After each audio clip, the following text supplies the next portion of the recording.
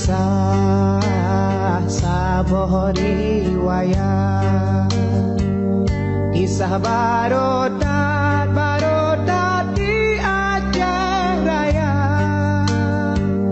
Lam karu Aceh timungan barat non barat, di saboh tempat nuno caritra. Nasi doa di mosi ada, lam jut saat tuangan poma, ditanya